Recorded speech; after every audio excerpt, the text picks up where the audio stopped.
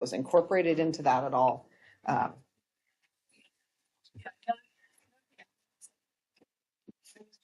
Okay. Hey, good morning. We have a lot that still need to reconcile. We're gonna Right. But we haven't reconciled it with the year end because there was more at year end, and that is a conversation we do need to have. So. There's a clock on the table because Well, we don't, and there isn't a clock visible anymore on the screen. That's the recorder. I'll tell you Yeah, and I didn't bring my thing. It's 8:59. Thank you. Nice. Oh. Oh, wonderful. So this, such a deal.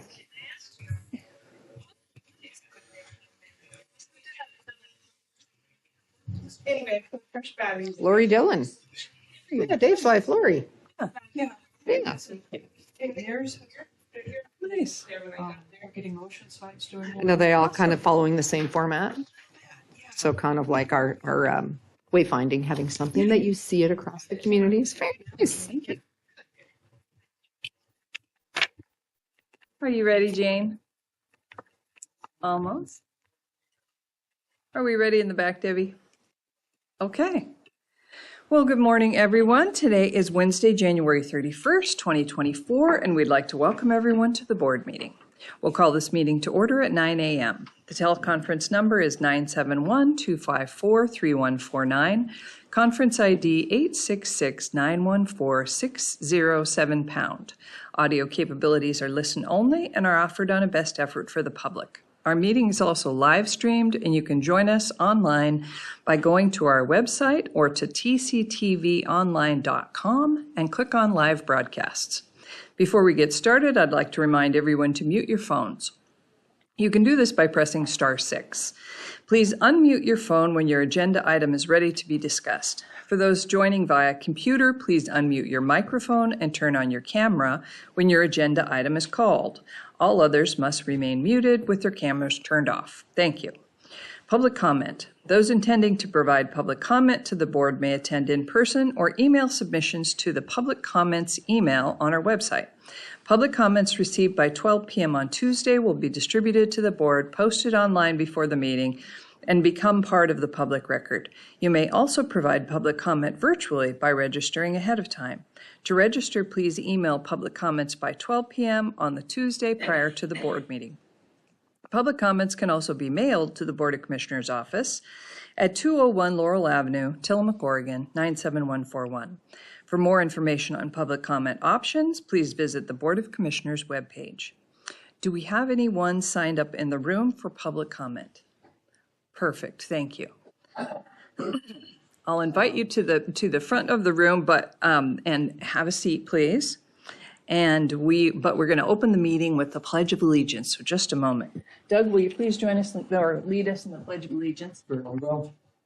I pledge allegiance to the flag of the United States of America and to the republic for which it stands, one nation, under God, indivisible, with liberty and justice for all. Thank you.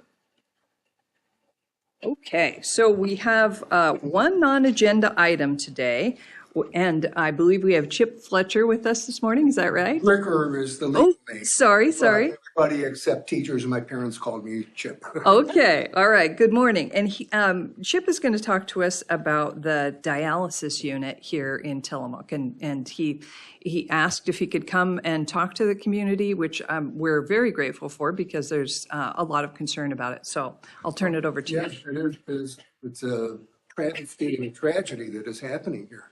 I was the director of the dialysis unit.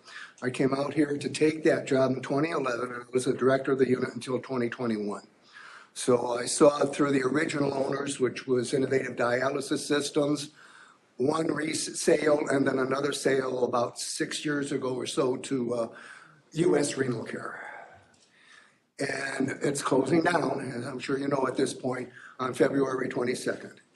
And that means people, your neighbors, your friends are going to die. Through my sources, I've already learned that 2 of the patients there have informed the current FA that they will be stopping dialysis when the unit closes down. There are others with transportation issues. Excuse me, I have a little COPD. Traveling, because it looks like they're not going to be able to get spots, definitely in Lincoln City, which is DaVita down there. They already have a waiting list of patients. So that leaves Astoria, which, what's that, an hour and a half drive at least in good weather, or Forest Grove, which is here again over the coastal range, a long drive, especially in bad weather. And the time a patient spends on dialysis anyway takes out at least 5 hours of their day. And you add that drive to it, you're talking about a whole day, 3 days a week. And the stress, one of the patients there, she has such brittle bones that just the drive from here in town to the unit. Oh, we can't talk about any patient names. She's going to try, but the pain she has traveling that long of a distance is terrible. So this is affecting us, and going forward, it'll affect any patients in this community who lose their kidneys. The excuse that USRC is using is economics, and I know that is part of it. The dialysis industry is dominated by 3 companies, DaVita, Fresenius, and USRC, and they're in it for the profit. Pure and simple, they are looking for the profit. And at this point, I'd say especially USRC are putting profit ahead of patients. I tried to get USRC to look at an expansion of this unit. I think the demographics here in Tillamook would support a larger freestanding unit with a home hemodialysis program. We just didn't have the space in the basement down there at the hospital, or they wouldn't allow us the staff. We couldn't open up a Tuesday, Thursday, Saturday shift.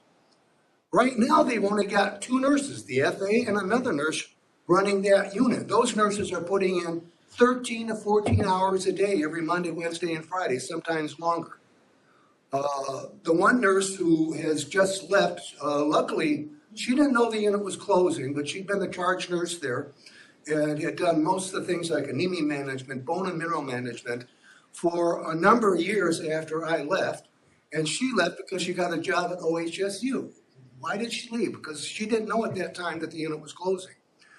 That's because the salary, the way that this company treats its staff is horrendous.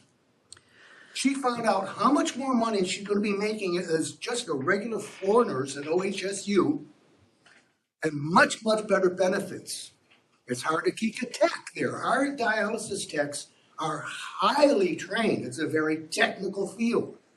They have to learn a lot to dialyze these patients safely because there are so many things that can go wrong on dialysis.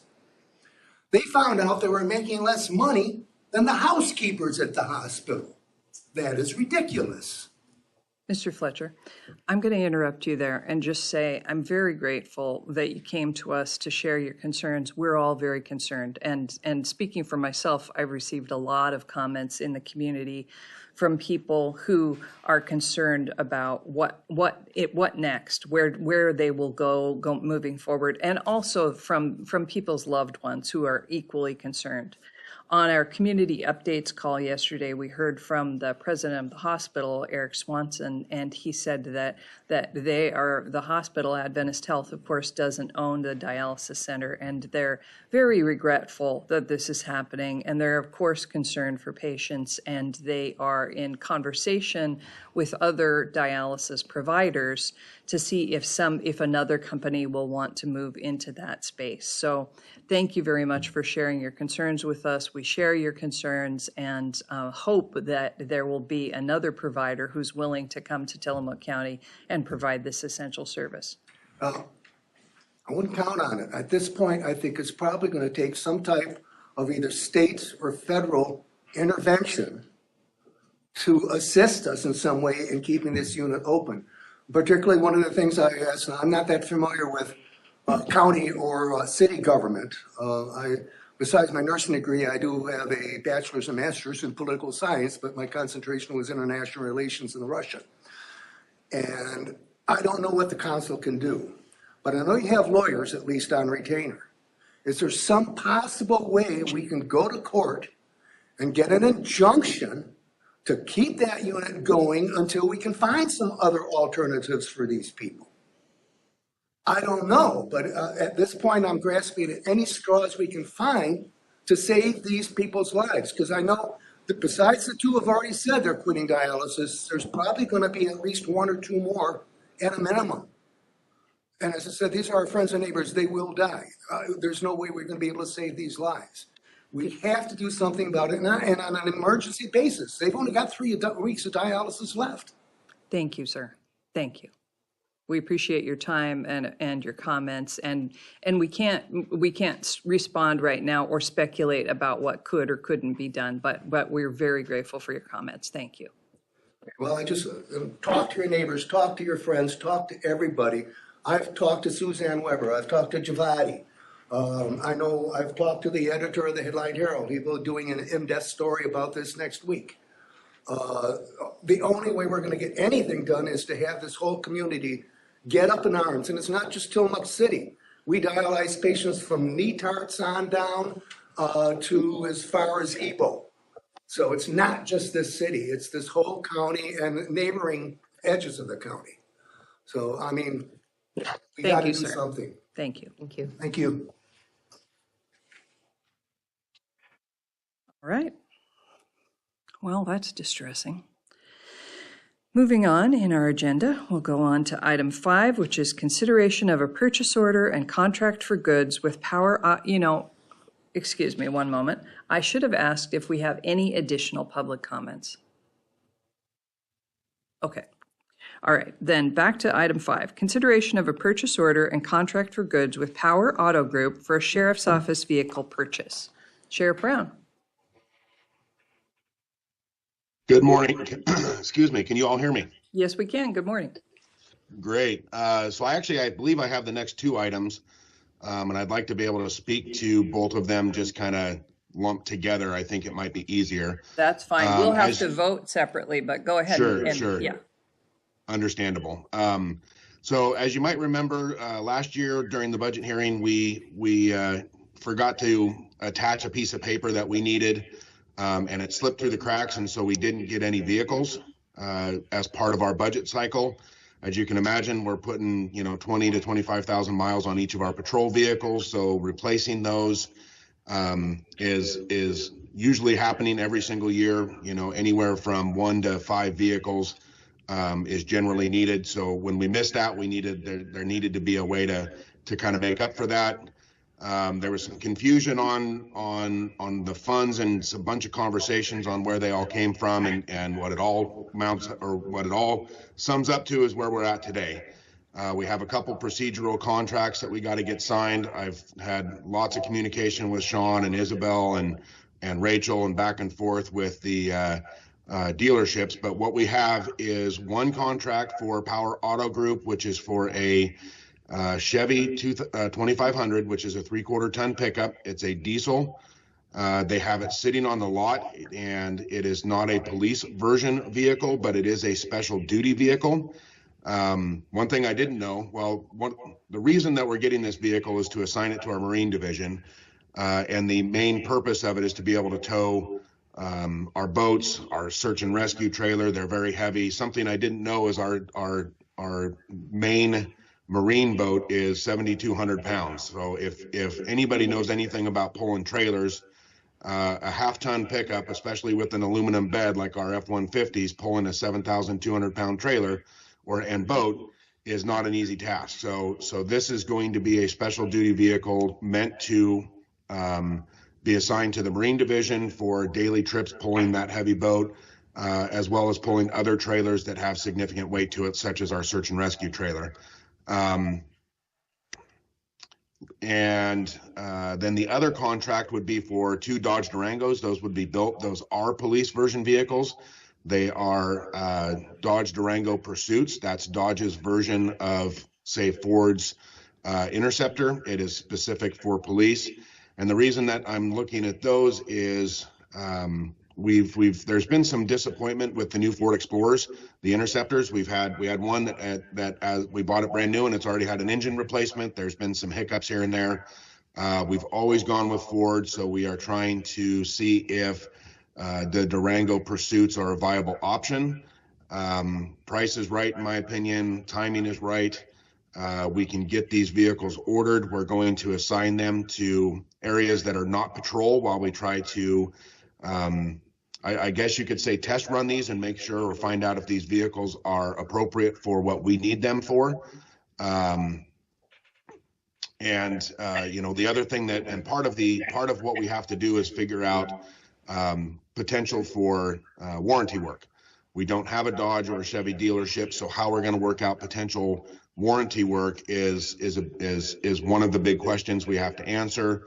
And then, of course, how well the Durangos are going to perform, what the room for sitting our police officers in there, what the room is for housing people that we have to transport. There's a lot of big question marks, but we got to try those out. So opportunity and timing is really good right now to be able to do that. We can order those, and it's 90 to 100 days, 120 days, I believe, from order to being able to receive those. So we should have those by June 1st, no problem, if we can get that order in right away this week. So that's what I got.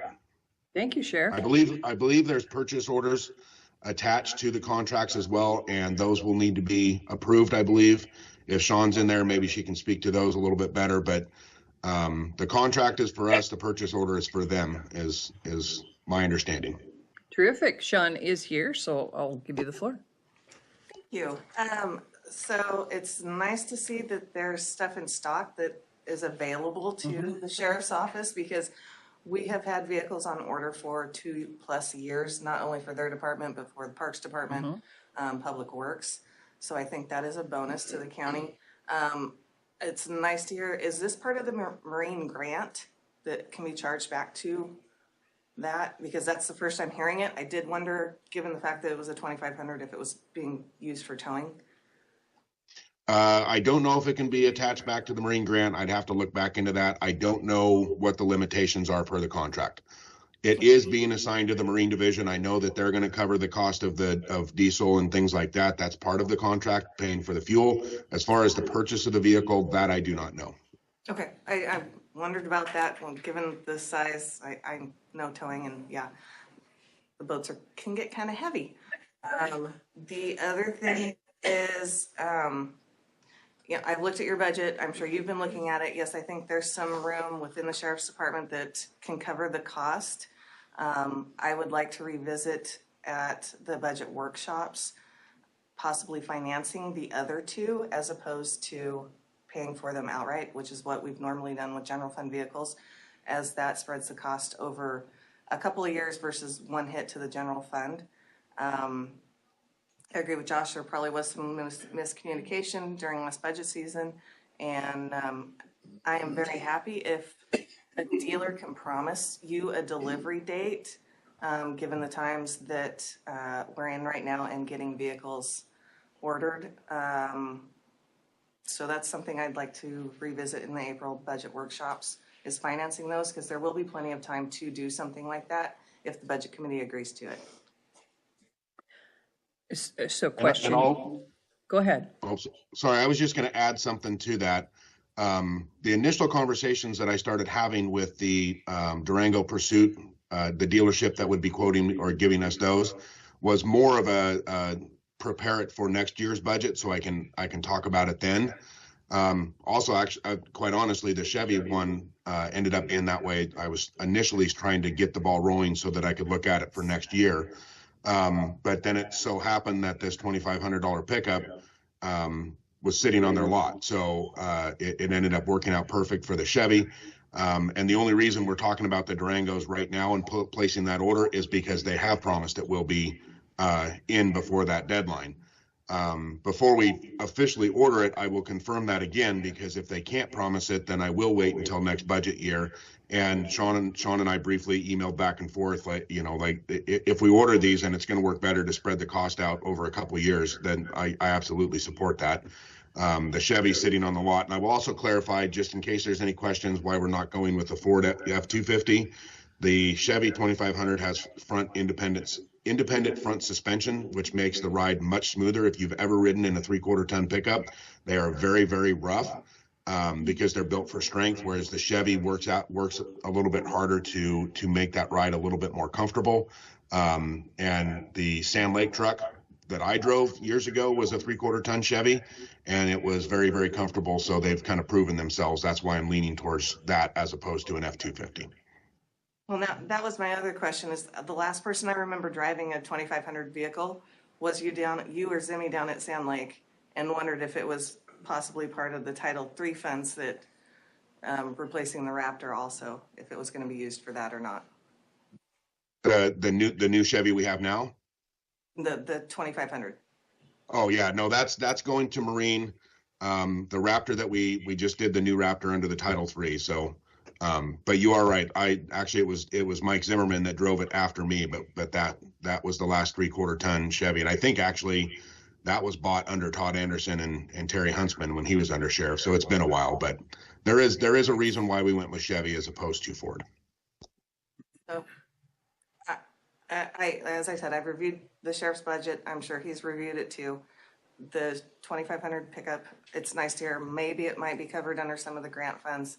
That would be a nice offset, savings, still general funds, but still state paid for.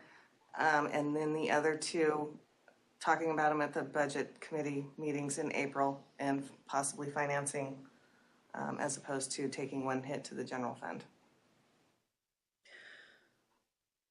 Okay.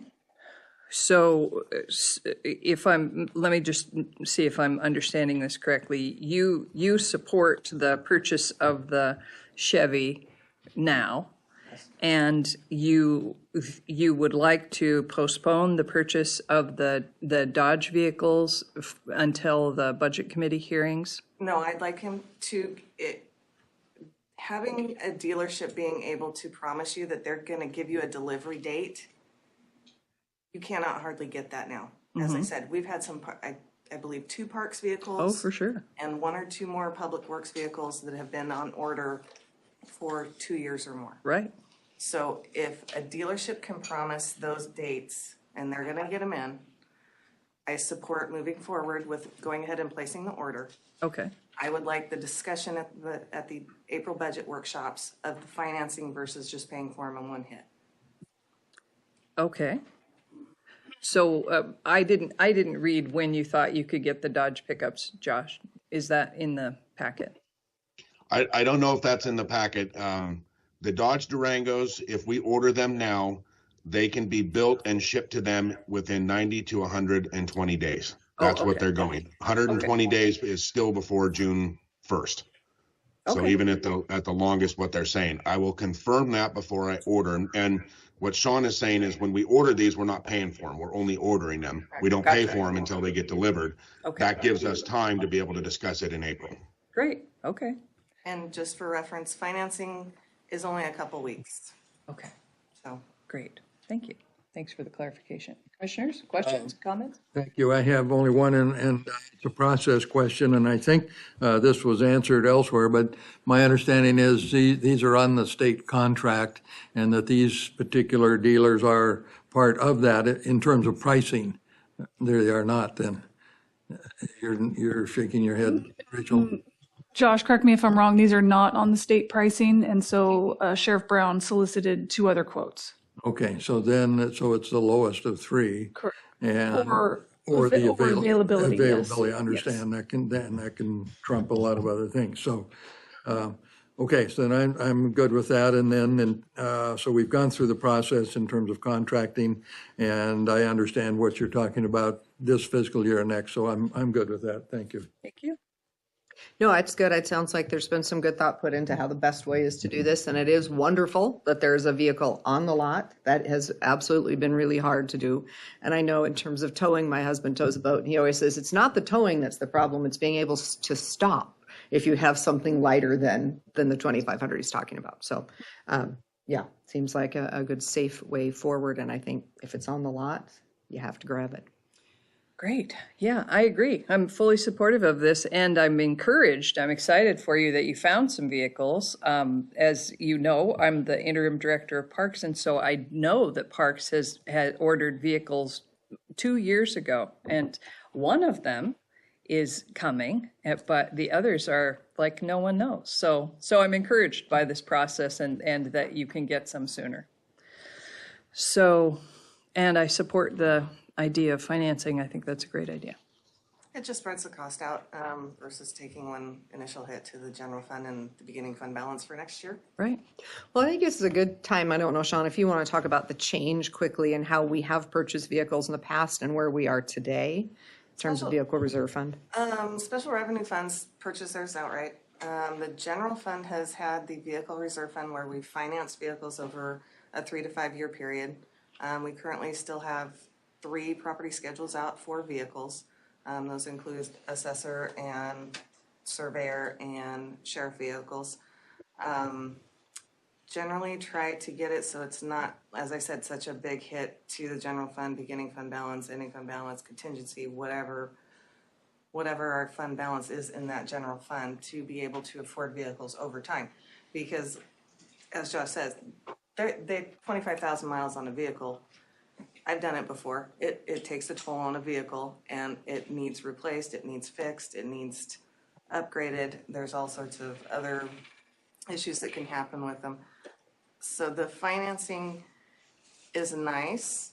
Yes, we do pay interest, but generally because we're government leasing, so we do get a nice break on that, which is appreciative from US Bancorp. A little plug in there for them. But it just has helped to be able to replace them in a cycle as they outlive their usefulness, or they're no longer, we're spending more to repair them than we are if we buy a new one. And we did previously have a vehicle reserve fund that we no longer have, correct? So there's a change now that even though we're financing, those payments, instead of coming from vehicle reserve, are coming out of the department. Is that correct? So I think they will be coming out of the department, and then if there's more than one department, say the assessor, I'm not trying to pick on Denise, she's not on there today. If the assessor decides they want a new vehicle, then yeah, it would be percentage based on the loan amount to the department. And I think that would show the department cost as opposed to coming out of vehicle reserve fund, which we never know. It's just one lump payment that doesn't show which vehicle we're paying for. Does that make sense? I think so. Yeah, because we were putting it into a reserve fund before, just each year as an end-of-year transfer, and then we stopped doing that. So I think we've just heard some feedback from departments that now they're seeing the cost of that vehicle in their department, and it sounds like that's how this would show up and probably how we will go forward. Yeah, Although that's a budget committee conversation. Exactly. I do have the 3 property schedules that are outstanding, so there will be payments still going into the vehicle reserve for those property schedules that we have outstanding that have been financed previously. So anything going forward, yes, it will be percentage based upon the loan and the amount into that department. And instead of just a transfer from the general fund to vehicle reserve, it'll be placed into the departmental budget. Thank you. Appreciate the clarification. Thank you.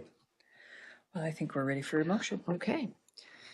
Madam Chair, in consideration of a purchase order and contract for goods with Power Auto Group for a sheriff's office vehicle purchase, I move approval. Second. We have a motion and a second. Any further discussion? Hearing none, I'll call for the vote. All in favor signify by saying aye. Aye. Aye. Aye. Motion passes. And the next? Madam Chair, the purchase order and contract don't change if we're financing, right, Sean? Okay. So in consideration of a purchase order and contract for goods with Roberson Motors, Inc. for a sheriff's office vehicle purchase, I move approval. Second. We have a motion and a second. Any further discussion? Hearing none, I'll call for the vote. All in favor signify by saying aye. Aye. Aye. Motion passes. Thank you, Sean. Thank you, Sean. Thank you, Sheriff. Okay, moving on Thank to you. item, you're welcome. Moving on to item 7, consideration of a site-based learning affiliation agreement with Capella University for behavioral health-related degrees. With us, we have Marlene Putman, Director of Health and Human Services. Good morning. Good morning. Yes, this is an affiliation agreement. We have many with universities in the United States and even with our local community college that provides opportunities for students to learn and be supervised in a clinical setting. So Capella University, which is based in Minneapolis, I was trying to remember the location, Minnesota. This agreement is to provide supervision for a behavioral health student through our facility, with the supervisor being our behavioral health clinical manager. The agreement, like many of our affiliation agreements, lists their specific responsibilities of on-site training and supervision for students on our part, which is the county and the Health and Human Services Department, and then the responsibility of the university and their faculty liaison or supervisor for students. It's spelled out more specifically in the agreement, but they are things like regular check-ins, ensuring that the educational goals and requirements of the degree are part of the supervision we provide to supplement their education. Specifically, there's also language in the document that pertains to general liability insurance for the county when a student from the university is on site, and that's attached in Exhibit A. It spells out that a little bit more specifically, but has been reviewed by the council. So we are looking to enter into this agreement for a student that will be placed with us in the coming year from Capella University to provide supervision for behavioral health, and hopefully they'll enjoy being here and become part of our community or part of Oregon and be a behavioral health clinician. Fabulous. Commissioners? I think this is a great program that we use where we bring folks in and do the internship with hopes that, they will want to stay with us. We all believe the Oregon coast is the best place you could ever want to live. So hopefully in bringing them here, we can convince them that that is in fact the case, or that the community sells itself and would be able to keep somebody long-term. And in the meantime, it is still of great benefit to those who are in need of behavioral health services in our community. So I am complete support. Great. Well, thank you. My only question was about Capella University. I've heard that so many times over the years, and so I looked them up, and I think you're right. They're based in the Midwest, and it appears they have a particular specialty in health services among some other things. So I'm sure they're fully accredited, and there's no issues there. And so I'm satisfied just from what I read. But Marlene, has Tillamook County used Capella before? It seems to me I've seen that name before on certain requests or activities. I believe that we have had an affiliation agreement before with Capella for supervision of students. I don't know if we've had a reciprocal agreement where we contract with them for services and place someone. Not sure about that, but we have worked with them in the past, but it's been a few years now. Okay, well, I'm comfortable with it, so yes, good thing. Let's keep moving. Thank you. I was interested in this item because this is the story I was telling myself. I don't know if this is true or not, but what I do know is that Capella offers some online degrees. So I was imagining that this is a local person who's seeking an online degree, but they have to have a local place where they can do an internship and on-the-job training.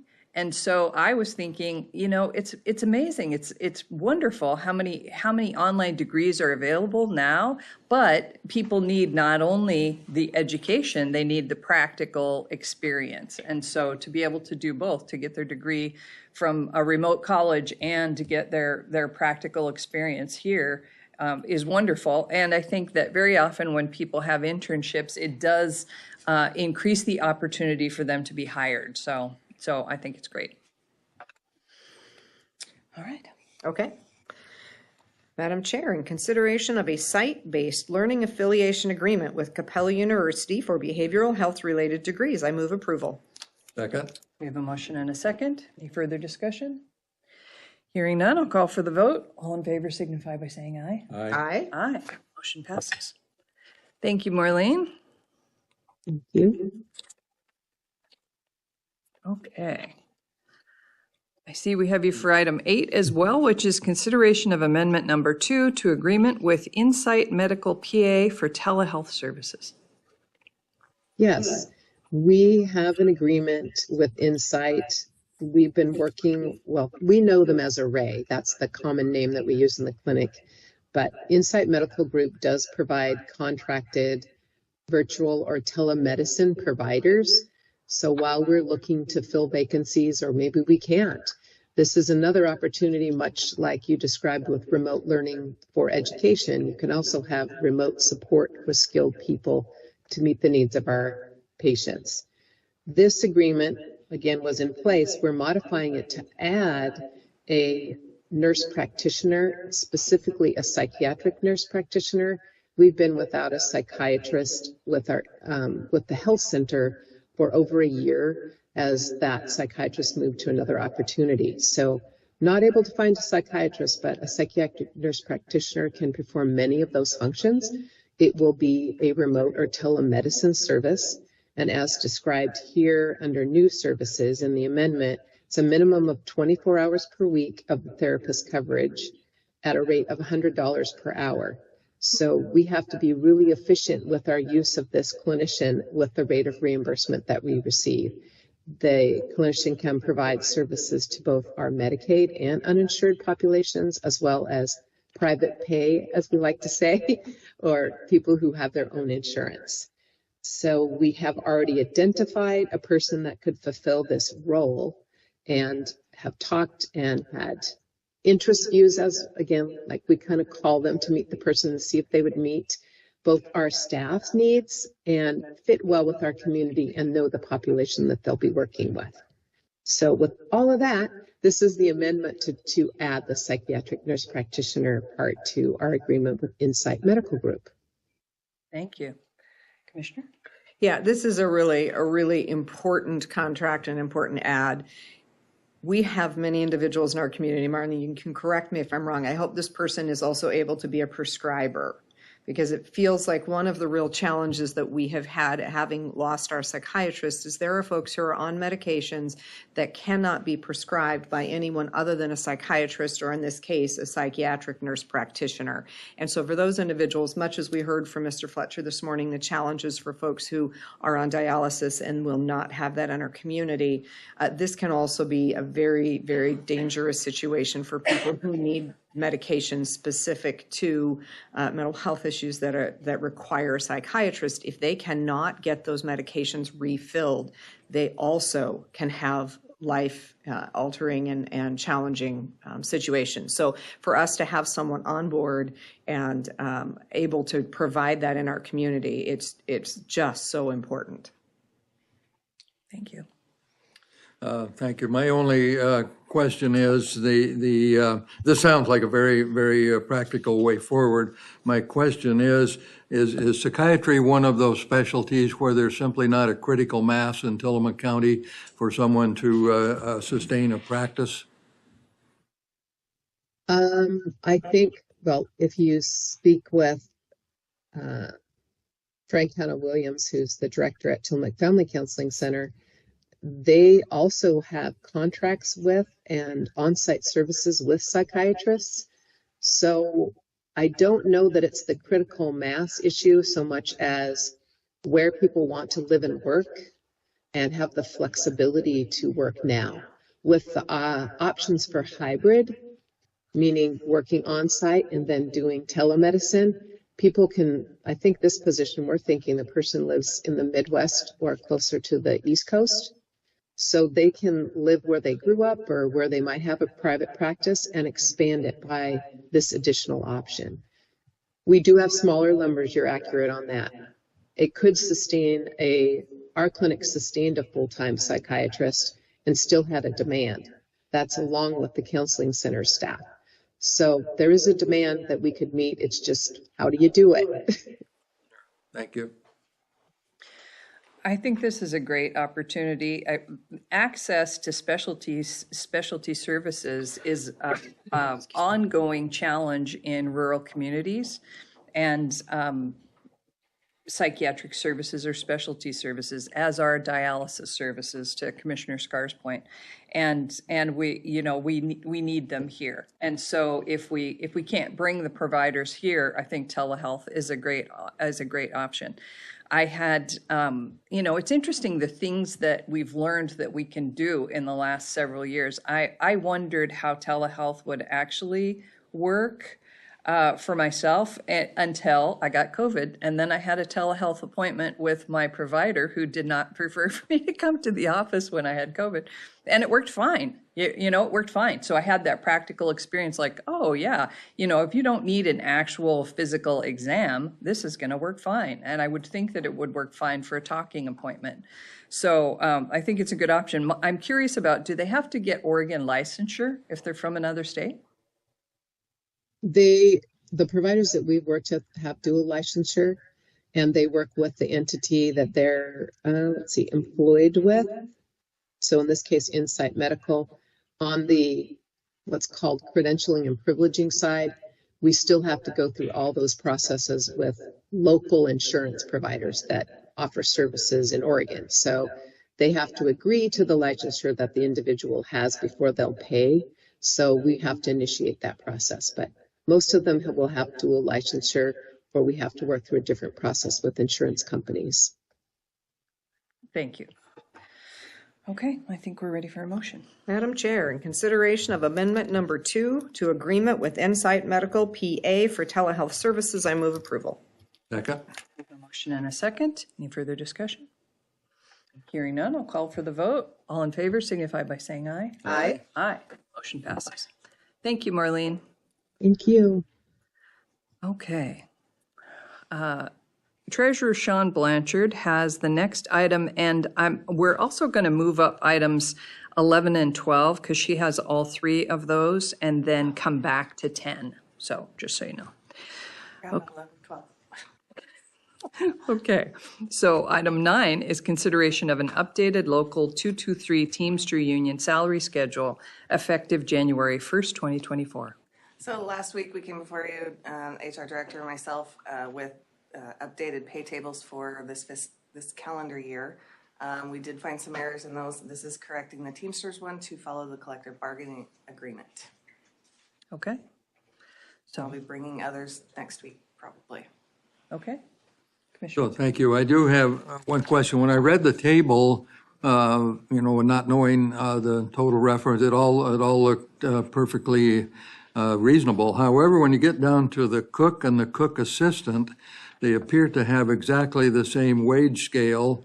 Would not an assistant earn somewhat less, or conversely, a cook earn somewhat more than an assistant? Was that a typo, or is it the case to where they earn the same? It's been through 4 sets of eyes, so that would probably be a typo. We currently do not have a cook or a cook assistant. So that's something that. So then probably for the record, it should reflect what it actually is, even though the position may not be filled. Would that be a fair statement? Okay. 4 sets of eyes, Commissioner Olson. We tried. So do we need to pull that back and get our typo fixed? I know that the pay that we have paid in alignment with the agreement, so this is a tool that will underlie that, so. do you have an opinion? Seems we should. I would recommend that if the pay table is incorrect, that it be pulled in lieu of being able to cross-reference it with the collective bargaining agreement. We will take a look at that again. Okay, Thank you, Sean. all right. Then we won't move forward with that. We just won't make a motion. Okay, and item 11 is consideration of an order in the matter of the appointment of members to the Tillamook County Budget Committee. We opened up a budget committee as we lost all of the budget committee members from last fiscal year. Commissioner Olson is now a commissioner, can no longer be on the budget committee. The former mayor of Manzanita, Mike Scott, thank you. I was getting the first name, couldn't get the last name, has resigned his commission, and former Commissioner Bill Bartline also resigned his commission on the budget committee. So we had interviews, very well qualified people. This is to appoint Ken Henson, who's also on the solid waste budget committee, and MJ Basti, thank you. And also Mike Weisenflue to the budget committee for fiscal year 24-25. Thank you.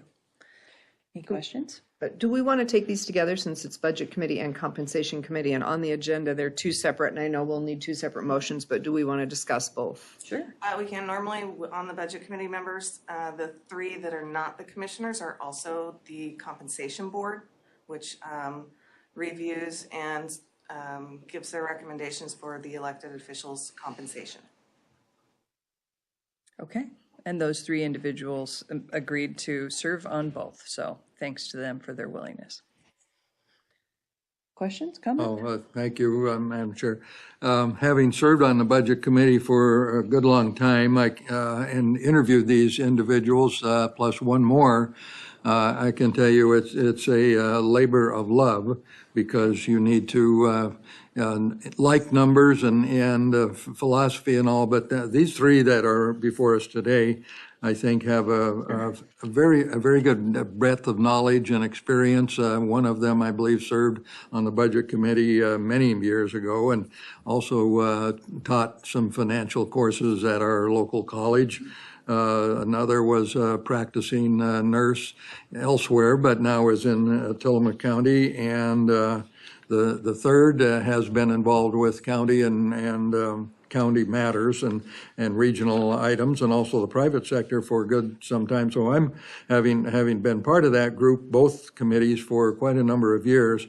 I think we're making a very positive step forward, and I fully support these three, and I think they'll show up and bring the balance to the committee that we need. So I'm very much in favor of these three. Thank you.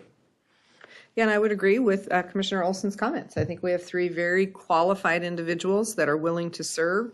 We looked at geographic diversity as well, and we have South County and Central and North, and we feel like we really have a good balance on the committee. So I am excited to appoint these folks and to get the Budget Committee fired up and ready to go. As am I. I'm grateful to these three individuals for their willingness to serve, and also to everyone who applied, because we had a number of outstanding applicants, and we were fortunate to have a wealth of wonderful applicants. So thanks to everyone who applied. And I think we're ready for a motion. Okay. Madam Chair, in consideration of an order in the matter of the appointment of members to the Tillamook County Budget Committee, that being Board Order 24-006, I would move approval. Second. We have a motion and a second. Any further discussion? Hearing none, I'll call for the vote. All in favor signify by saying aye. Aye. Aye.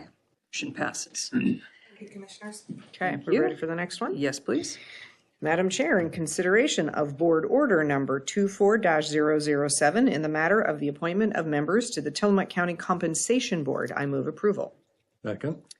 We have a motion and a second. Any further discussion? Hearing none, I'll call for the vote. All in favor signify by saying aye. Aye. Aye. Motion passes. All right, thank you.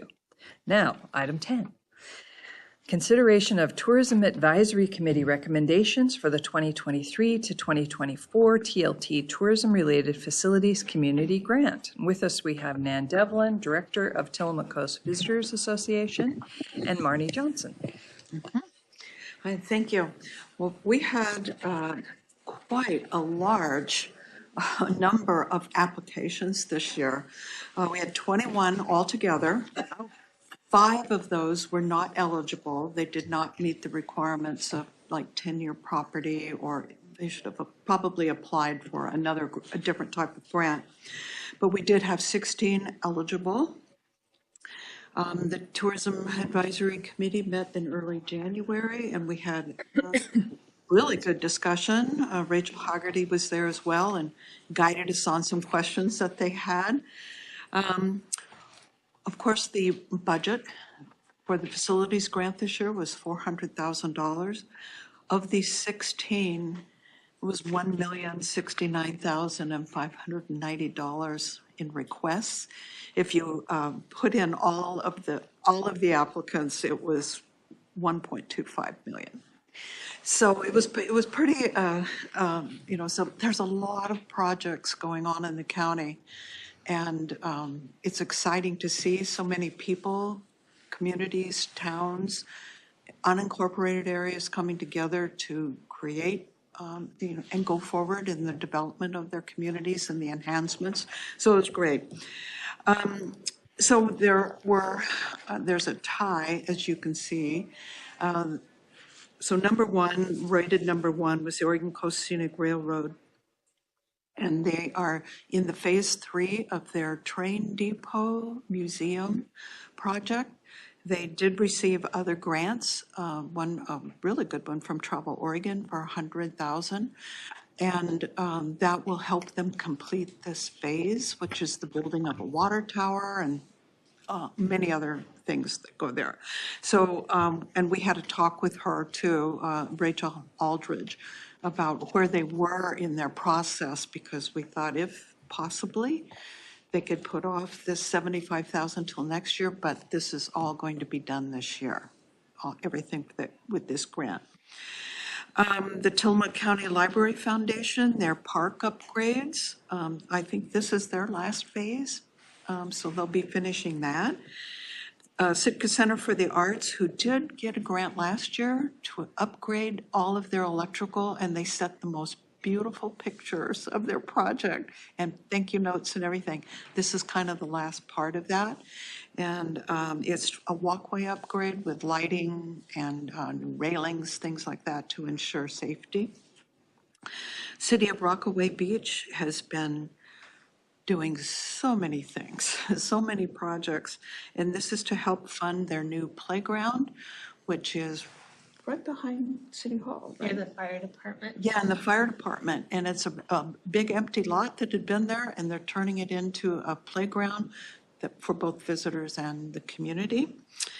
YMCA Bowling Alley, which the bowling alley was just purchased this last year by the YMCA, and the building is in much disrepair, and they need to start with the roof replacement. They've got a lot of work to do there, but when they're done, it'll be a great spot for entertainment. The next two had exact same points, and they were scored and ranked the very same. And Tillamook Air Museum, their entry repair after that horrible crash that just took out their whole front entrance.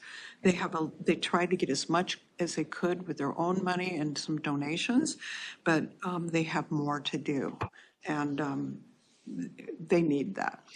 But also the city of Manzanita, which is building a new city hall. They have taken out a loan of about $5 million, and they want to put in ADA accessible restrooms, and this will help accomplish that. And that building project is supposed to be done this year, so they're really going to work on it. Now, we did have two others that had ranked pretty high. The city of Wheeler, and it was to plan out and include some Salmonberry Trail amenities. But there is an application in process called a RAISE application it's going to be coming from the county, right, Rachel? For the whole Salmonberry Trail. I think you're asking, what, 29 million? Close to that, which would cover the costs of the whole coastal trail. So I would clarify that won't cover the whole costs of the total coastal trail. Just the coastal part? Not the coastal part, a very short section that now has been identified that will likely be in Rockaway. So I do think we may need to have a little more conversation about this, but I do want to stop and be really clear for anyone who's listening that it is way more than 23 million to build the entire coastal Salmonberry Trail. Oh, yeah. I've heard the whole Salmonberry Trail is like 100 and some million. Thank you. Right. Yeah. Figure, anyone, in case they don't listen to the rest of this, I want them to hear that part. We want to, and it's a little more than that. Thank you. Yeah, I remember having a meeting with the STIA, and it had jumped even from then, years ago, it had jumped from like 60 million to 100 million, and it's probably more than that now. Yeah, definitely. And the City of Bay City had also applied for a signage like they have now, the four-sided kiosk, which we had paid for the rest of the city through our wayfinding program. We can pay for that, and we'll put it in our budget under wayfinding for this next year. Then, just like last year, I remember too, when Garibaldi was working on their restrooms, and they ran into huge problems, and they gathered some money, but they needed more money to finish the project. And the same thing has happened with the Tillamook Chamber build from last year. They got started, and coming from family here that has done projects, remodel projects on old homes, and I know how much that you always run into something, right? So the Chamber's building, and they ran into some major problems. And do you want to talk about that, Justin, or? Yeah, come on up. Yeah, so just to touch base on this a little bit, we're in a little bit of a conundrum. I mean, as I stated in the letter, this is from a 2022 and 2023 grant. There's both projects. The 2023 grant, we ran into just a small issue, I feel like at this point, on the back where a wall is essentially, when we cut the concrete, we realized there's no footing under that wall. So it was on a concrete slab and is now basically supported by a 10-inch wide by probably 6-inch thick piece of concrete. And as wet water now is undermining that, and so we filled it with some gravel to try and at least make sure it doesn't slope off. So that's a small one. That was, we wouldn't know that until we cut the concrete. The biggest one, and we would have really wrote a grant for this had it came at an earlier date, is, there's been some things we've been trying to figure out how to pay for out of our pocket. But when we started the meeting room and they took the drywall off of the roof truss, it was identified that there had been a leak right above that roof truss. That roof truss was no longer something they were comfortable putting, painting. We couldn't paint it. We couldn't fix it because basically there was also a fire in the building at one point, and that roof truss was not replaced. It was coated in a smoke encapsulating primer because it didn't have structural integrity issues apparently. So we could no longer refinish that truss. So to get the roof structurally sound, and we put the best route to go is to put just a glue lam beam in there. But as that, obviously we looked at the roof.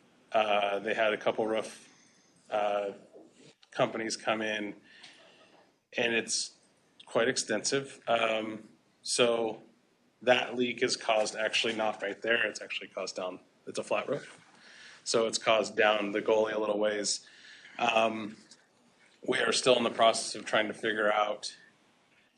Everybody has said essentially, nonetheless, we're going to need a roof replacement. Like that's not really negotiable. According to that, it's like you don't really have many options here. You can do some repairs to buy you some time. But as they started adding up the repairs, it's like a third of the project. And so we're still trying to figure out, like, what are we going to be able to do? We have some reserves to put forward. I can go request some other funding too, but we need some help. And unfortunately, these are not, they're kind of immediate repairs. Since the roof leak has been identified, I find it ironic that we do have two other leaks on that same wall side that have now started to come through into the drywall of the and drip. So we had to move our printers and stuff. So it's an immediate need, and I'm kind of out of options. I was trying to, like I said, hang in there, and I knew we had some overruns. But then when this came, I kind of had to throw my hands up and say, well, where do I go? So that's why I'm here. Thank you. So here's what we're requesting. Last year, Bay City had received approval for a grant for the Kilchis Pathway from Bay City to Kilchis Point Reserve, and they couldn't get the match. It was a very significant match, so they canceled their approval for this and didn't take any money. So we had a $40,000 left over from last year's facilities grants. Here's what we're suggesting. So we can apply that $40,000 to this year's fund to make it a total of $436,234. That would bring in that TIDE, Tillamook Air Museum, City of Manzanita, and we'd still have 3,700, excuse me, I said that wrong. So through the Tillamook Air Museum brings to 436,234, and that would still provide $3,766 left over.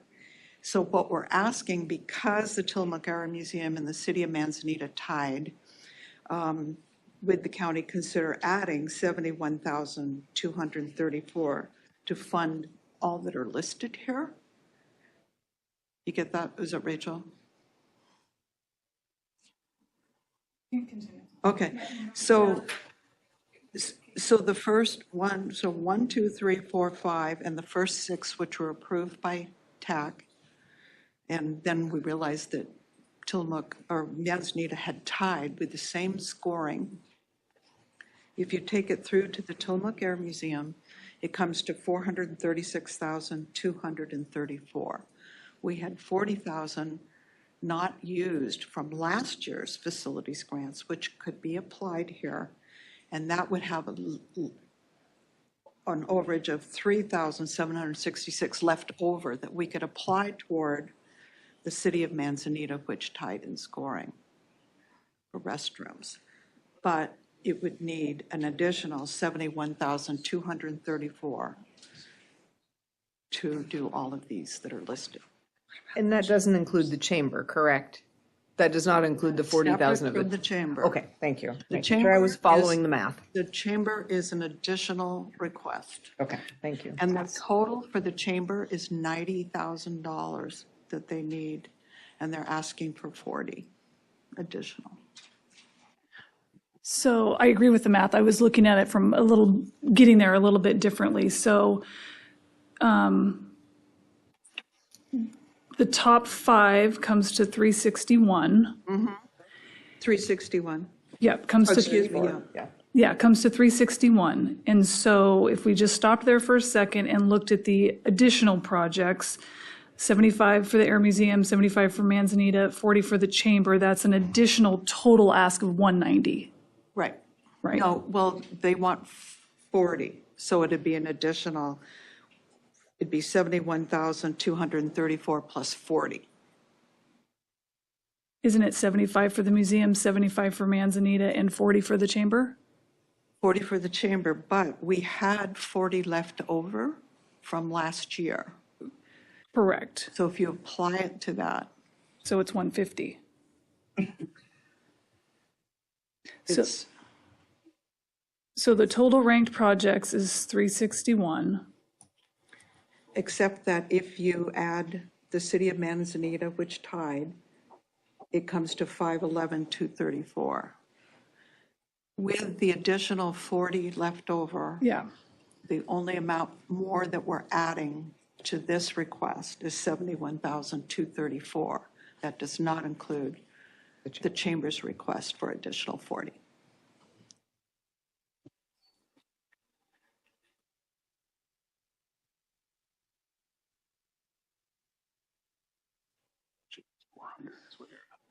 I think the piece that's missing the budget was 400. Yeah.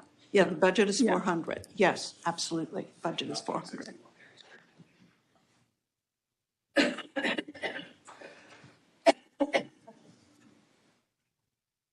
Original budget was 400. Is that, Oh, yeah, continue the conversation. Yeah. okay. Do you have more? No. that's Okay, all right. And then I see we have at the bottom of your chart, the projects that were originally ranked high but have other funding available. Do you want to talk about those? Yes, and just the city of Wheeler for the Salmonberry amenities, we had talked with Rachel during the TAC meeting and said there could be monies from the RAISE grant that could help them. So what I want to clarify is the RAISE grant is in its draft form. Right. It has not yet been finalized nor submitted, but we did meet yesterday after talking with our consultant to look at the section that they would recommend that we include in the grant. It is not Wheeler.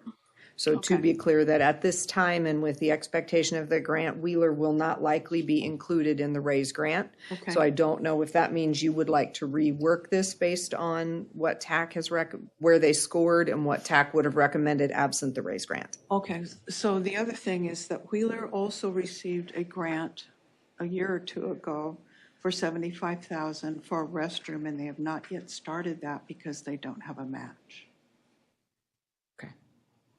So that's another issue that came up in the conversation. Okay, so you would suggest keeping Wheeler off the list based on, even knowing it's not in raise, based on the past funds that they are waiting to use? At the TAC meeting during our discussion with Rachel, she said a priority would be projects that could be completed in that fiscal year or in the period of time of the grant.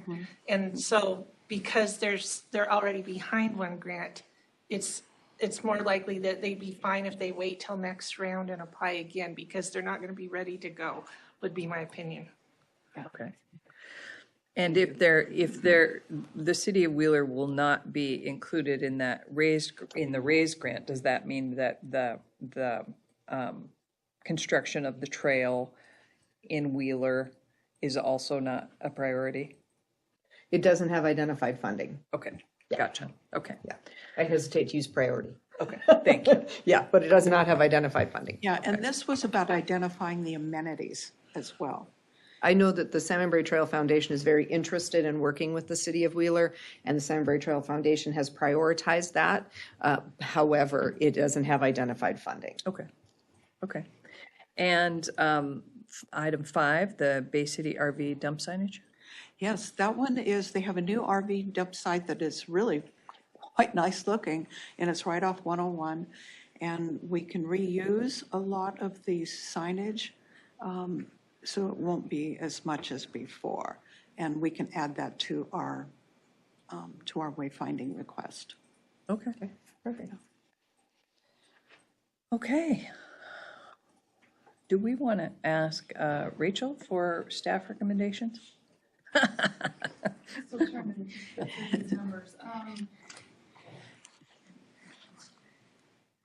So again, I don't mean to belabor this, but if I'm looking at a total pot of 440, right, and we take off the top 5 projects, there's a balance of 78,766. If I add 78,766 plus the Air Museum, the Manzanita, and the Chamber, I get a total plus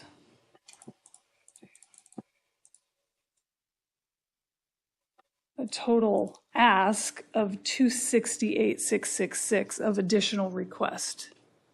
So I'm still missing a piece, I think. Because I think you are, Rachel. So when you look at running total, if we have 440,000 available, you get all the way through the Tillamook Air Museum before you run out of money. And you in fact have 3,776, I think is what was left that could be applied to the Manzanita bathroom. Okay. So the 440 will carry us all the way through Tillamook Air Museum. And I think you're having it carry us through the bowling alley. Did I hear you correctly? No, there's still a balance, but yeah, I'll go with that. The leftover Bay City repurposed money would just net to zero when added to the Chamber's request. So if you just leave the Chamber and Bay City out of the equation, then this right here are your totals. Then you run out, then you get to the YMCA and you are short of the full amount needed for the Air Museum. So it depends on what you do with that 40,000, where you run out of funding on these projects. Right. Okay. Oh, Madam Chair. Please. Thank you. That's the way I read it as well, and one thing we should note, just for the record of those who might be listening in, as general fund versus special fund, we're talking about special fund money, which means that at the end of the year, if it's not fully expended, it typically rolls over into the next year. And then it has to go through the budget process, but there's a larger beginning cash balance. Unlike a general fund, where if you don't expend it by the end of the fiscal year, you typically start over. And that's a distinction that should be drawn. That's where this 40,000 comes for. When I ran these numbers, it looked to me to be beyond the 400, and then the 440, if you take the money, it is somewhat beyond that. But given the fact there's a tie, on the numbers 6 and 6 for that position. It made sense to me to go ahead and fund that.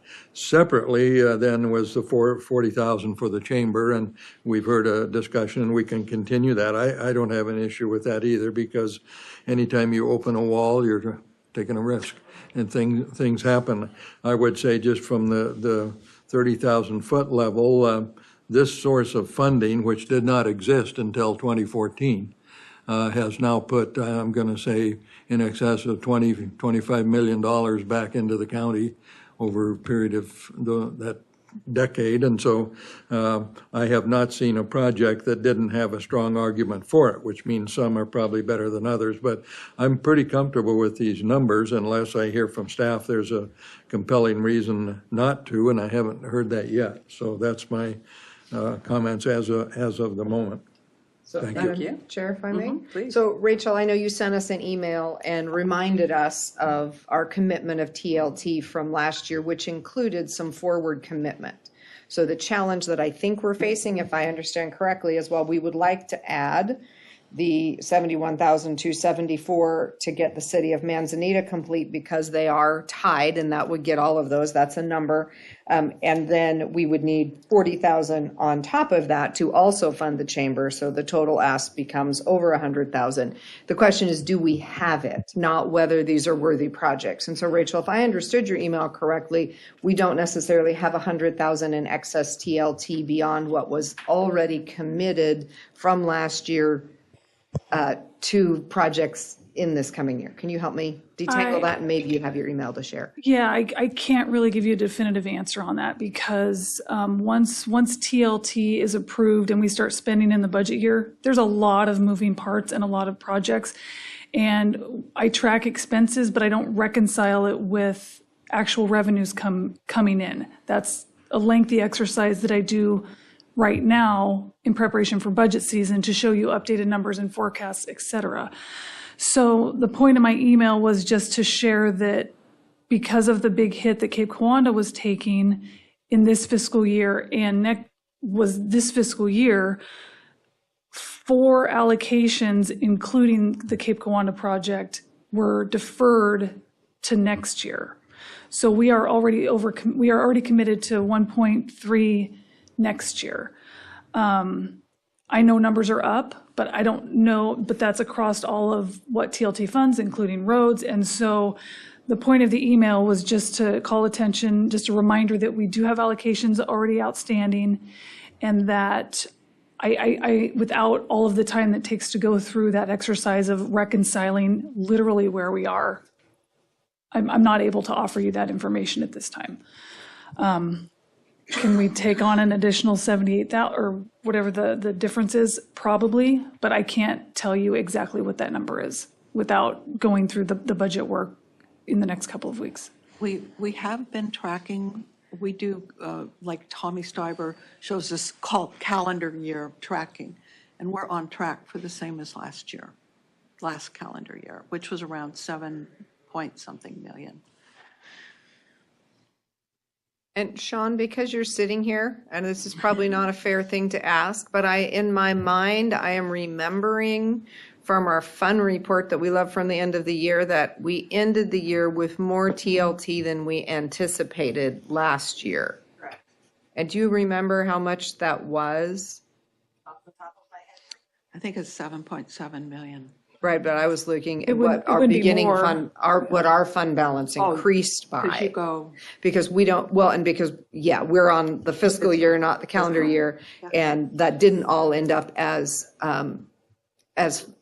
adding to our fund balance because we spent some of it. We did increase, we had a supplemental budget last fiscal year, TLT funds of 1.3 million.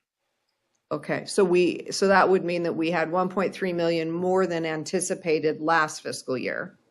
Which the good news about that is, very back of the envelope, we have committed 1.3 million going forward. Rachel, But that extra amount, is that for is that gross, is that net, and is it for 111 and 121?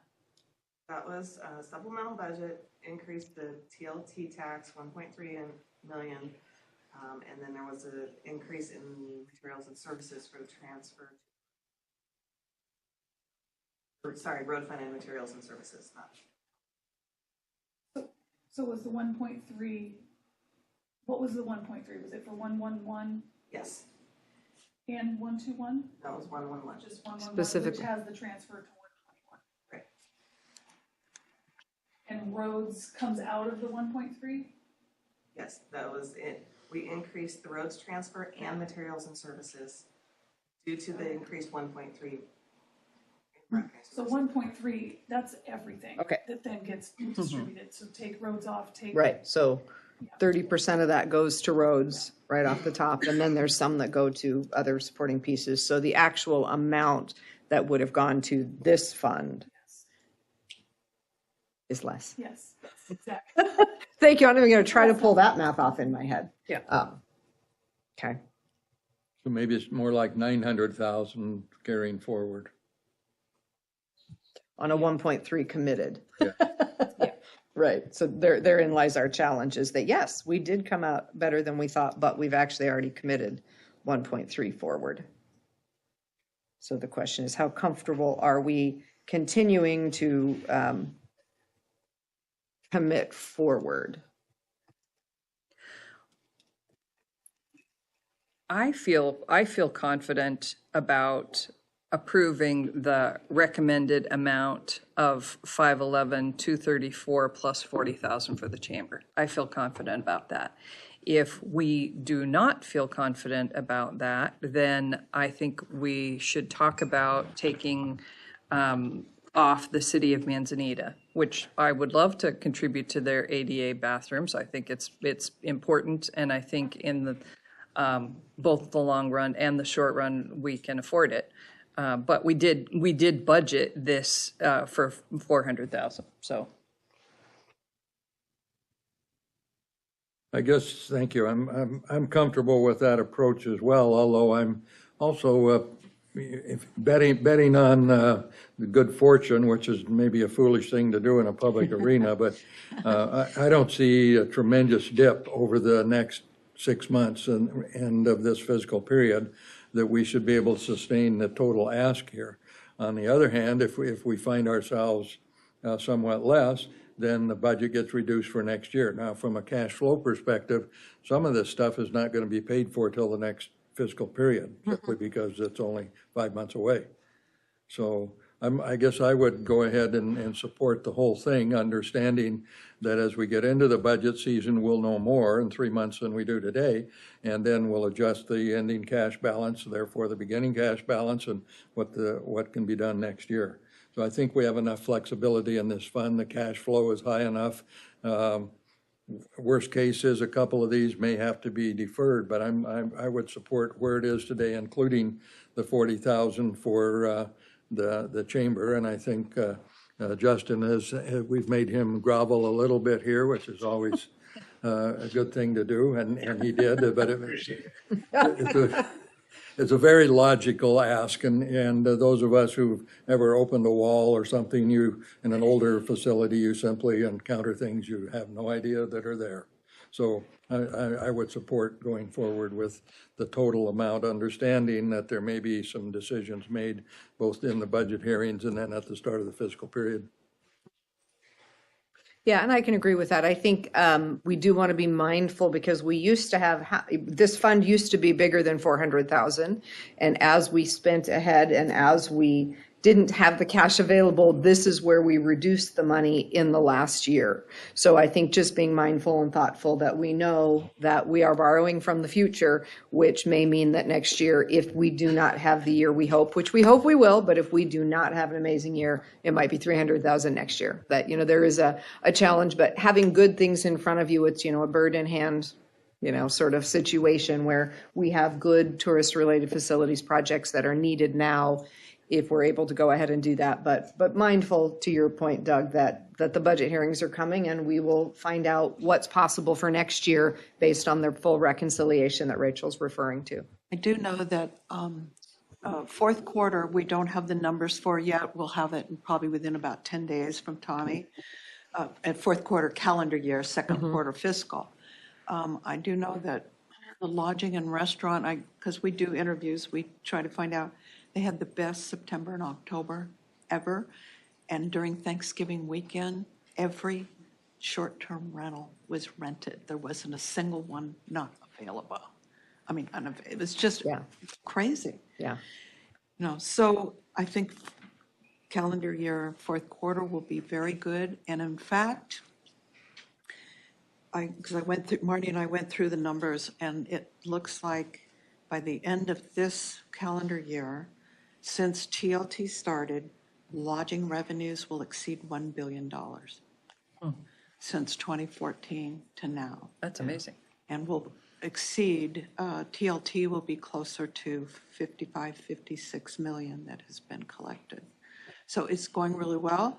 And last week before, we're at ODA, the Oregon Destination Association. Justin's on the board, and I gave a presentation about our grant programs, both facilities, marketing, and also the monies that are being invested in Kiwanda Corridor Project, the fairgrounds, and for wayfinding. People were shocked that the county has done so much for the community. It was like people coming up, Travel Oregon came up to us afterwards, after the talk, and said, we look to you to see what you're doing with your money, and we try to follow suit. And I went, well, that's good. You know, people came up and asked of us to help them with our grant projects, which I found, really, really good. We're one of the leaders in sustainable tourism. Yes. In the state. That's fabulous. Yeah. So. Well, I am very grateful for your work, the work of Tillamook Coast Visitors Association, and also for the TAC and their work in reviewing all these grant applications and ranking them, et cetera. It was a great conversation, and great questions were asked and discussions. It was wonderful. Nice. Yeah.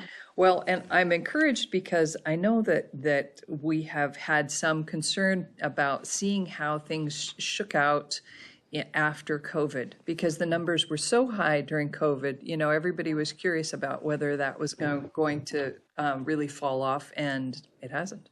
No, it hasn't. Yeah, and well, it's very, we're a drive destination. People can get here pretty quickly, and travel. If you've flown on a plane and you've gone to Europe or something last year, it is incredibly expensive. What used to cost like maybe a $900 round trip is now $4,000. And families, how can they afford it? They come here. Yeah, absolutely. Yeah. And we're, to your point about the Kiwanda Corridor project, there's a fabulous project going on there right now, the construction of the parking lot that is expensive. And so that's how we got into the position of borrowing, so to speak, although we weren't actually borrowing from the future in order to pay for that project. So presumably that project will be paid for, and and then Absolutely. Yeah. Yeah, and the everything's gone up in price. And I know when the Kiwanda Corridor project, the whole project was first estimated, it was probably half of what it is now, and it's just same with all construction. Okay, well, thank you for your work. Thank you Yeah. and thanks to the committee. It's exciting to think, to your point, about everything that has been accomplished with this fund in Tillamook County. I just feel really proud of that. I think as a community, we're doing a really good job with that. So many people and organizations have benefited. They wouldn't have had that money before. So I'm really glad. Plus, we have better roads. So. True. Okay.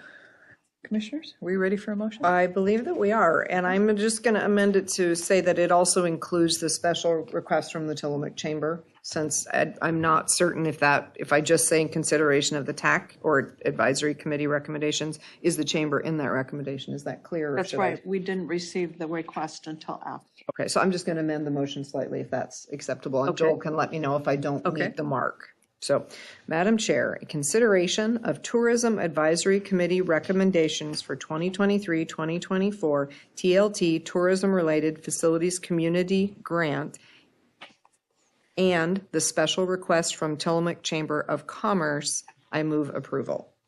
Second? We have a motion and a second. Any further discussion? Hearing none, I'll call for the vote. All in favor signify by saying aye. Aye. Aye. Aye. Motion passes. Thank you all. Thank you very much, and they'll all be thrilled to hear about it. So, thank you. Thank you. Thank you. Thank you. Thanks for being here in person.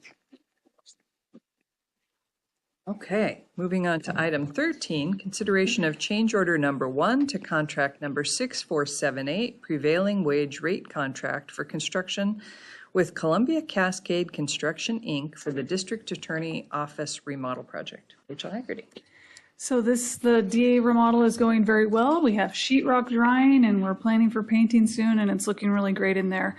This is change order 1 that encompasses 3 change orders received from the contractor that we're incorporating into one document, so we don't have to keep coming before you. It has a net increase of $8,845, and it includes, they uncovered tile and brick that was covered up that they didn't anticipate that they would need to do demolition for. So it includes the additional demolition work there, as well as the subsequent repairs that were needed that they didn't think that they needed to do. And then lastly, there was a wall slated to be constructed that after the demo was completed, the district attorney decided that wall wasn't needed for their needs. And so there's a reduction of that wall. So a little bit of savings there. And then going down the district attorney's hallway before you get into their office spaces, there used to be a doorway. There used to be a door there that has trim along it, and it jogs into the larger doorway a little bit. And it was decided that that little jog and the door trim could be removed. So there's some additional demo and repair associated with that. So overall, not bad for only an increase of $8,845, given this date of this building and the amount of demo work that they're doing. So not a lot of fines, which is always great to see. So it's ready for consideration. Thank you. Commissioners, questions? What was the contingency on that? When you had an original number, was there a separate line item that said X dollars, or we just went forward knowing there'd be some changes? So there was a contingency. There was a contingency in the engineering estimate. The construction bid was higher than that, so that's already gone. And then in the actual contract itself, there's never a contingency item. It's just, they're just bid items. It is the number. Yeah. So the pluses and minuses are just part of working on an old building. I understand that. So, Yeah. And so what is the total change, plus or minus so far? Because didn't we have one a week or two ago, a change order as well? Or is this the first one? This is the first change order to this contract. That's on the record anyway. Correct. There have been changes accumulating that we've given authorization to 3 of these. Okay. And instead of coming back before you week after week after week, I've given authorization, and then this is the paperwork catching up with that So all at this once. is the net number as of the moment? Yes, yes. Okay, got it. Yeah. Good. Thank you. I'm good. Yeah, no, it happens per our conversation regarding the chamber. Opening the wall of an old building is always a bit of a rolling of the dice. So I'm in support. As am I. I think we're ready for a motion. Madam Chair, in consideration of change order number 1 to contract number 6478, prevailing wage rate contract for construction with Columbia Cascade Construction, Inc. for the District Attorney Office remodel project, I move approval.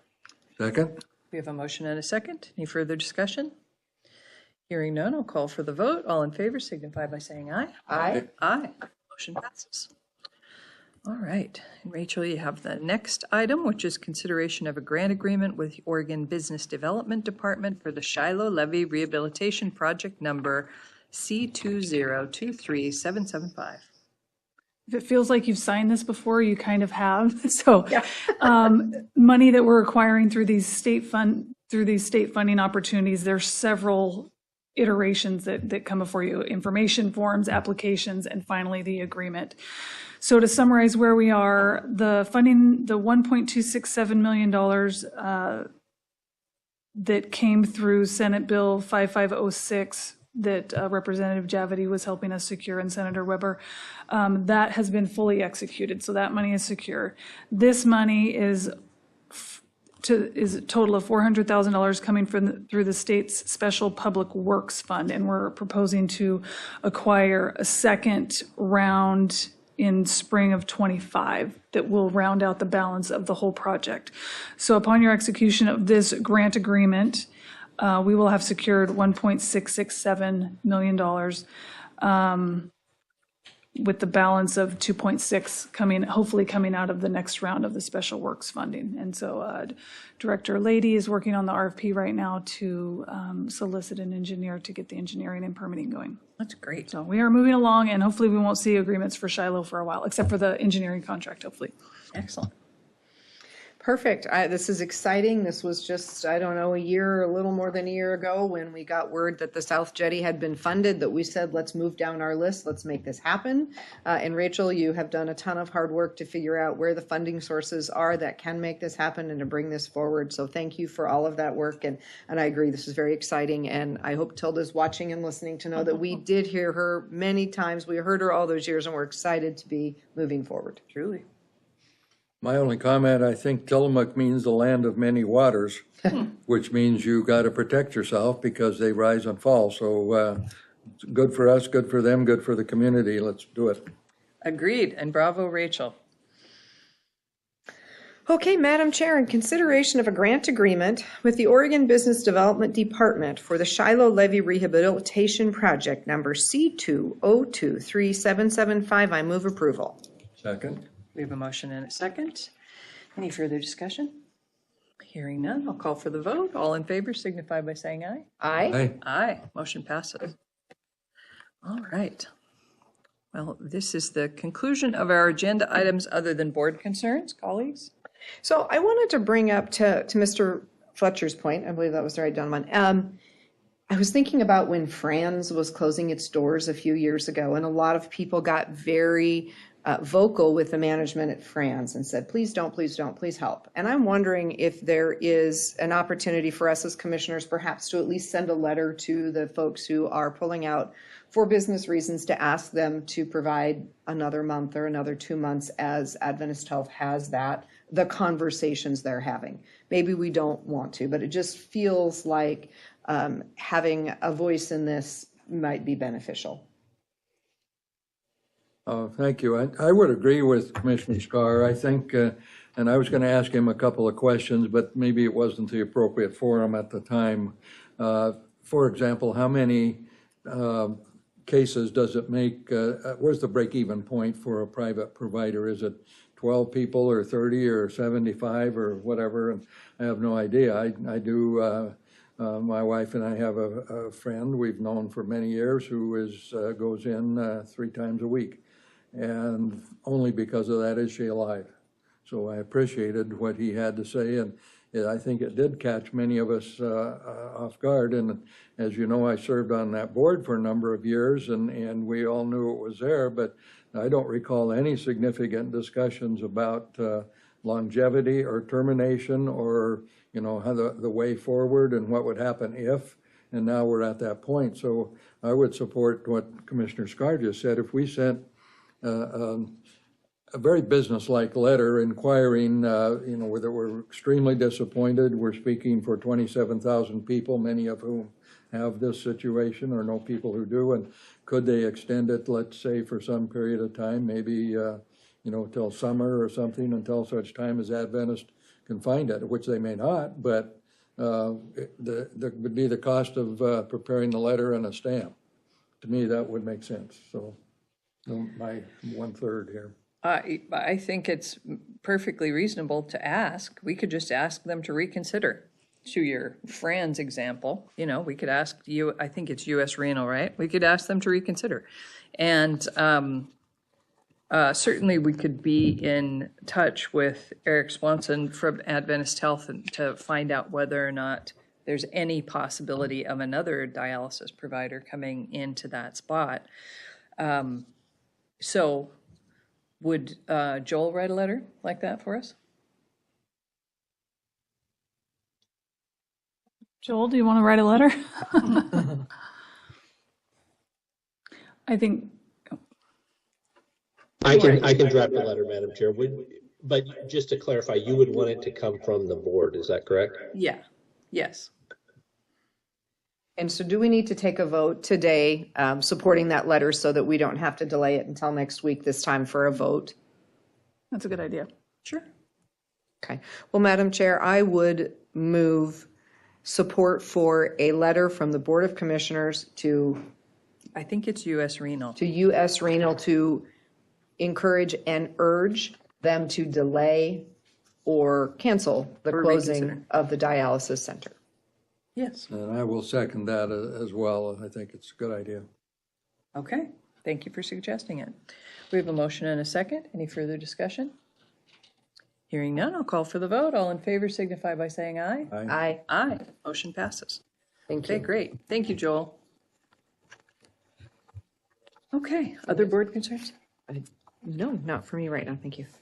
Commissioner, other board concerns? Not at this moment, no, thank you. All right. So announcements, there is no board briefing scheduled for today, Wednesday, January 3rd, 2024. The commissioners will attend a work session with the Committee on Vision, Mission, and Values today, Wednesday, January 31st, 2024 at 2 p.m. The work session will be held in the Board of Commissioners Meeting Room 106 at 201 Laurel Avenue, Tillamook, Oregon. The teleconference number is 971-254-3149, conference ID 150-691-713#. And with that, we will adjourn at... Do we have an executive session? Okay. So we'll recess. Sorry. We will, thank you. We will recess this meeting at, I don't have the time. 10:30. At 10:35, and to go into executive session under ORS. Joel, do you have it? The ORS? I do, thank you, Madam Chair. We're going into executive session under ORS 192-660 sub 2E to conduct deliberations with persons designated by the governing body to negotiate real property transactions. Thank you. Okay. This meeting is recessed.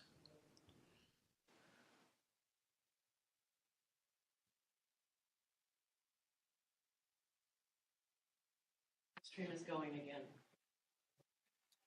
And we're recording? Executive session is concluded at 12:04, and we're reconvening in the board meeting and adjourning